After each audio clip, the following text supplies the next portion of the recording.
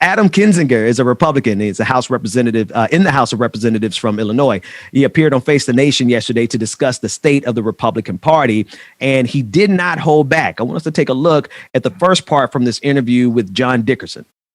Speaking of internal divisions, the Republican Party in the House, it looks like Liz Cheney, the number 3 in House leadership on the Republican side, is no longer going to hold that position. What is this debate about? Yeah, look, it's incredible. So Liz Cheney is saying exactly what Kevin McCarthy said the day of the insurrection. She's just consistently been saying it. And a few weeks later, Kevin McCarthy changed to attacking other people. And so I think what the reality is as a party, we have to have an internal look and a full accounting as to what led to January 6th. I mean, right now, it's basically the Titanic. We're like, you know, in the middle of this slow sink, we have a band playing on the deck telling everybody it's fine. And meanwhile, as I've said, you know, Donald Trump's running around trying to find women's clothing and get on the first lifeboat. And I think there's a few of us that are just saying, guys, this is not good, not just for the future of the party, but this is not good for the future of this country. We're 4 months after January 6th, an insurrection, something that was unthinkable in this country. And the message from the people that want to get rid of Liz Cheney is to say, it's just time to focus on the future and move on. Like this was 10 years ago and we've been obsessed about it since. It's been 4 months and we have so many people, including our leadership in the party, that has not admitted that this is what it is, which was an insurrection led by the President of the United States, well deserving of a full accounting from Republicans. Now, Representative Kinzinger continued attacking and addressing the big lie that there was somehow this election was stolen from Donald Trump. He attacked it very directly. Now, and before we go any further with it, I want you to understand, like, these are Republicans who voted in lockstep with Donald Trump, Kinzinger, and along with Liz Cheney. So this is not to lift them up as someone that we should celebrate or even embrace, but it is good to at least see that somebody on that side of the equation has enough sense to realize that the big lie poses an extremely large threat to our democracy. Let's take a look at the second clip.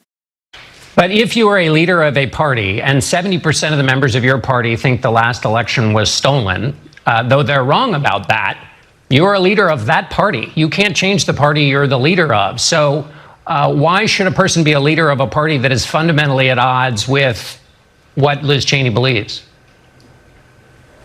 Because truth matters. Right now, and we have to look and understand why. You know, yes, 70% of the base believes that the election was stolen because they've been told it was.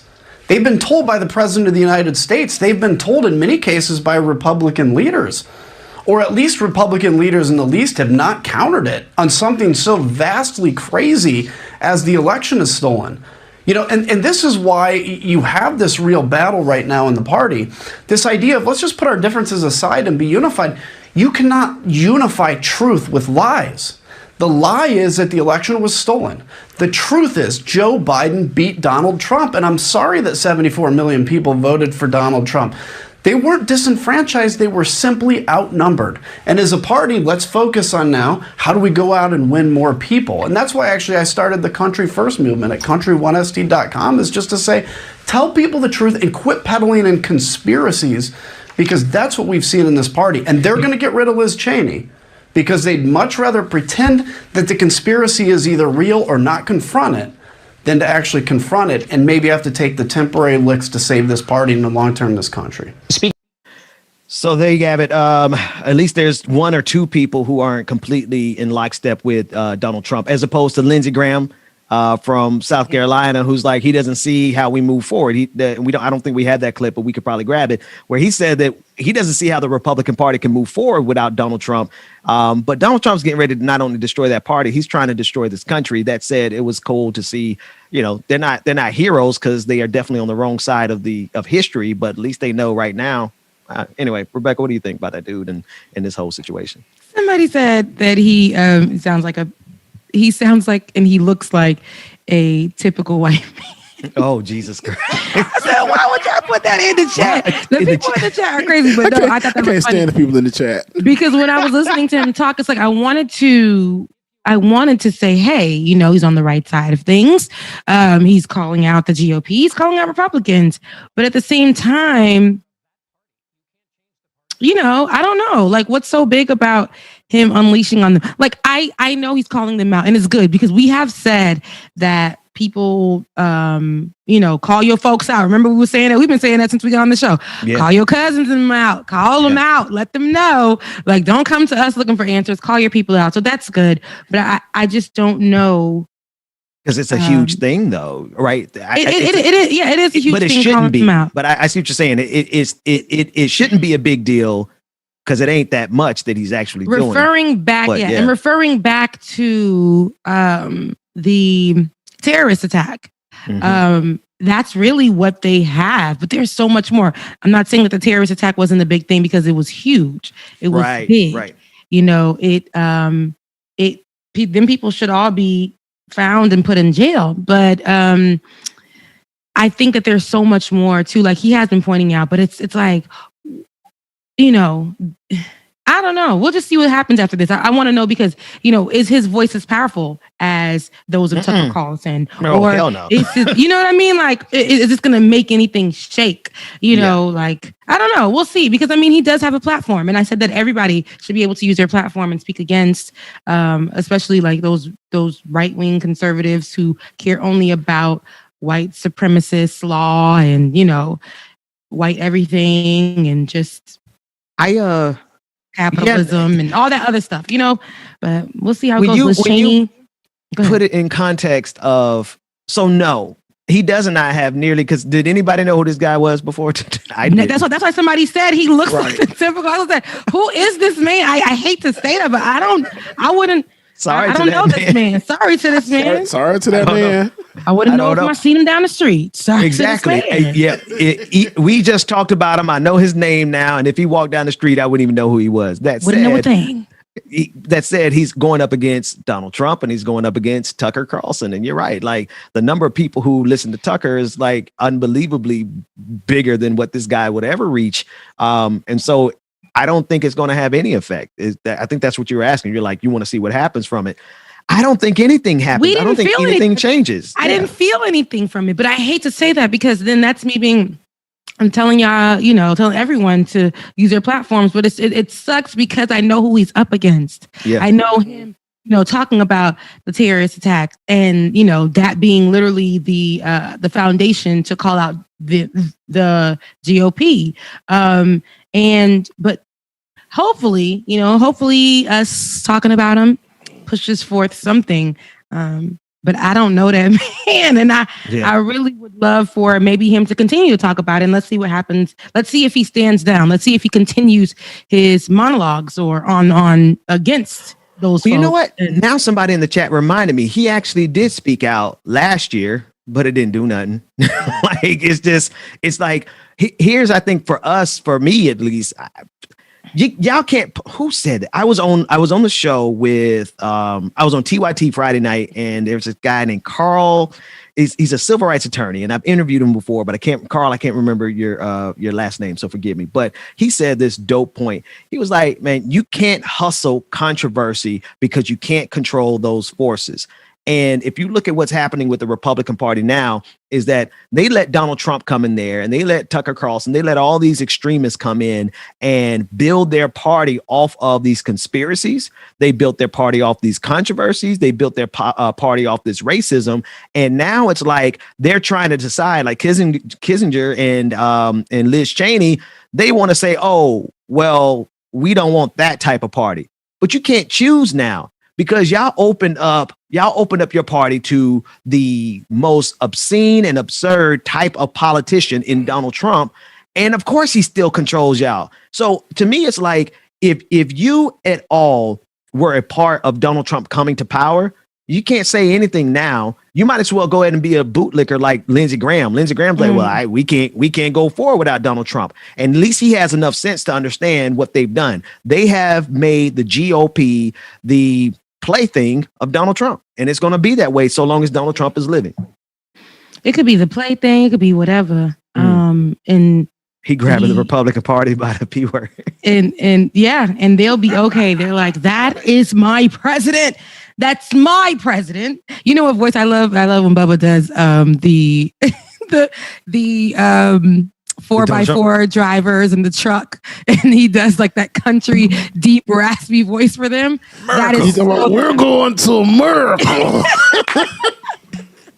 It is them, but yes, that they are still the supporters of Donald Trump. Yo, no that's matter who was in the ER room with me. That's exactly how he sounded. That's what I imagined. James. That's God, what I that's imagined. honestly what I imagined. Me too. That's exactly what I imagined when you described your situation. Yes. That's what I imagined. Yeah. So some backwoods. No, I can't say backwoods. But, you know, wait, James, do me a favor and see if it might trigger me. You might be too accurate. Say, I just got back from a wedding, but I think everybody would say. It's just because he's so accurate. Do it. I just got back from a wedding, and I don't know why the hell I'm sick. All these damn people was there. It was almost like 200 people. None of them had masks on, but it was all good. I got my first shot. I think it was the vaccine. It might have been whiskey or tequila. I don't know. Maybe it was moonshine. I didn't get that goddamn vaccine. I'm a Trump supporter. Damn the vaccine. No, stop. He said maybe it was moonshine. I think I got the vaccine. I am. Wait. It was a dose of bleach. I listened to Trump and got my bleach shot. That's what that was. Man, I did it myself too. That's exactly what that man sounded like next to me. And now y'all should understand why the next morning I was just in my bed like, oh Lord. And that's Kinzinger's cousins. I think his name is Kinzinger, but that's Kinzinger's cousins in them, and that's who he's speaking to and about and for. And then the conservatives who do walk around and work in the White House and work at Congress and work everywhere, who have those spaces, who work in your local government. That is exactly them. But we still, I just don't know. I really, I support him. I thank him, whoever this man is, now that I know him today. When I see him again, I'm like, that's the man that spoke up on that last time. Because at the end of the day, we got to continue to push him. I don't want to be hypocritical and say, speak up for your folks. And then when somebody speak up and be like, who's that man? Who is he? I don't want to do that. Oh, man. Terrible. Oh man, listen. So it's Kinzinger, not Kissinger, because I'm thinking Kissinger. No, I'm following you because I'm thinking Kissinger like the devil. But anyway, okay. James, that pickup truck voice, man. You you haven't been hearing him every time like I'm doing something country. He'll be in the background doing that voice, and every time I watch our video, I'm like, this is gold. Like this guy is doing this, and he literally has it to the T. That is beautiful. That is awesome. I can't stand y'all. I try to save Kinzinger. I tried to save him just now and give him come back with him, and y'all just don't want to be back on it. Y'all didn't care about that man. Y'all don't care. At the end of the day, the Republic.